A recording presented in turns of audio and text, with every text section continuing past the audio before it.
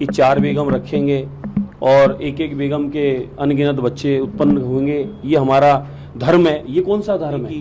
और कुछ भी किसी को दुत्कार के निकाल देने की या फोन पर बोल दिया कुछ भी उसको छोड़ दिया गया, ये तो मैं धन्यवाद देना चाहूँगा प्रधानमंत्री नरेंद्र मोदी जी का कि मुस्लिम माताओं बहनों की इस पीड़ा को समझा। संतान उत्पन्न हो जाती है, उस संतान पे एक नाम रख दिया जाता है कि नाजायज।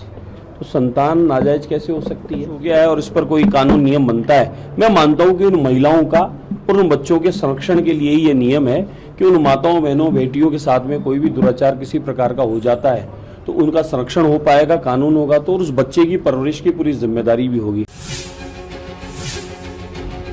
इस समय की प्रदेश की या भारतवर्ष की भिन्न भिन्न जगहों की मेरी भाषा में मैं कहूँ कि काल समय परिस्थिति अनुरूप कई बार हम लोगों को डिसीजन लेना होता है। इस समय जो परिस्थितियां हैं और जो आवश्यकताएं हैं उस पर आज समिति के द्वारा हम सब ने अपने अपने विषय रख दिए। यहाँ पर समान नागरिकता कानून की बात कर रहे हैं, सिविल यूनिफॉर्म की बात कर रहे हैं। कुछ लोगों ने अपने पक्ष रख दिए हैं, लेकिन मैं कुछ चीज़ों के मैं एक धर्मगुरु होने के नाते भी माने कि मैं उन कुछ विषयों के लिए कदापि तैयार नहीं होता। एक तो ये लिविंग रिलेशन आया कहाँ से?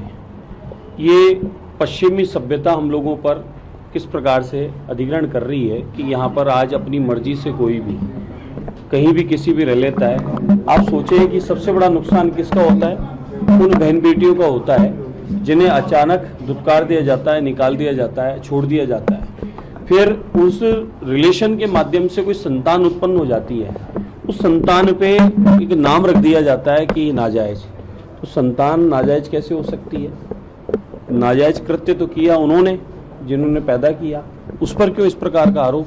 तो ये घटना घटे ही नहीं, और फिर भी अगर कोर्ट का आदेश हो गया है और इस पर कोई कानून नियम बनता है, मैं मानता हूं कि उन महिलाओं का और उन बच्चों के संरक्षण के लिए ही ये नियम है कि उन माताओं बहनों बेटियों के साथ में कोई भी दुराचार किसी प्रकार का हो जाता है तो उनका संरक्षण हो पाएगा, कानून होगा तो, और उस बच्चे की परवरिश की पूरी जिम्मेदारी भी होगी। दूसरा, कुछ लोगों ने आज अपने मुस्लिम पक्ष ने भी अपना रखा, मैं सुनकर बड़ा चिंतित हुआ। क्या ये लोग शरिया कानून लागू करना चाहते हैं? यहाँ पर देश में जिस प्रकार का वातावरण बन रहा है, देश प्रगति उन्नति की ओर विकास की ओर बढ़ रहा है। पूरी दुनिया में आज भारत विश्व गुरु के साथ साथ विश्व बंधु के रूप में देखा जा रहा है। भारत की संस्कृति परंपराओं को पूरी दुनिया मानने लगी है। जिस प्रकार से, क्या यहाँ पर इस प्रकार का वातावरण उचित है कि 4 बेगम रखेंगे और एक एक बेगम के अनगिनत बच्चे उत्पन्न होंगे? ये हमारा धर्म है। ये कौन सा धर्म है? ये कौन सा धर्म है और कौन सा धर्म इजाजत देता है? जब कई बार कोई कानून की बात आती है तो संविधान से चलिए, संविधान के अनुरूप चलेगा, संविधान से देश चलता है। और फिर कई बार इस प्रकार की बहुपत्नियां रखने की और कुछ भी किसी को दुत्कार के निकाल देने की या फोन पर बोल दिया कुछ भी उसको छोड़ दिया गया, ये तो मैं धन्यवाद देना चाहूँगा प्रधानमंत्री नरेंद्र मोदी जी का कि मुस्लिम माताओं बहनों की इस पीड़ा को समझा और 3 तलाक वाला जिस प्रकार का शरिया कानून था उसको समाप्त करके आज माताओं बहनों की सुरक्षा हो पाई। और वो आज भी बहनें कई पीड़ित है, आप देखते होंगे मेरे कार्यालय पे अनगिनत बहनें बेटियां आती रहती हैं, तो वो आज जो कहीं भी पीड़ित है तो उन पीड़िताओं को बचाने के लिए, उनके संरक्षण के लिए, बच्चों के माताओं बहनों के अधिकार के लिए समान रूप से कानून बने।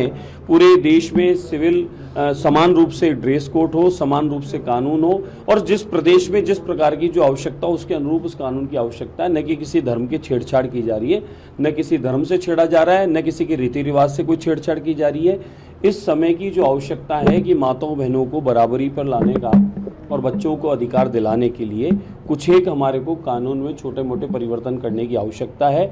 और कोर्ट के भी कुछ दिशा निर्देश है, कोर्ट के भी कुछ आदेश हैं, उनको पालन करके इसको लागू करना चाहिए ताकि हमारा देश प्रगति उन्नति के साथ साथ सबको जो जीने का समान रूप से अधिकार है, सबके अधिकारों का संरक्षण हो पाए और सब लोग समान रूप से आगे बढ़ पाएं, उसके लिए आवश्यकता है। बाकी कुछ लोगों ने अपनी धार्मिक भावनाएं, रीति रिवाज उसका हवाला दिया।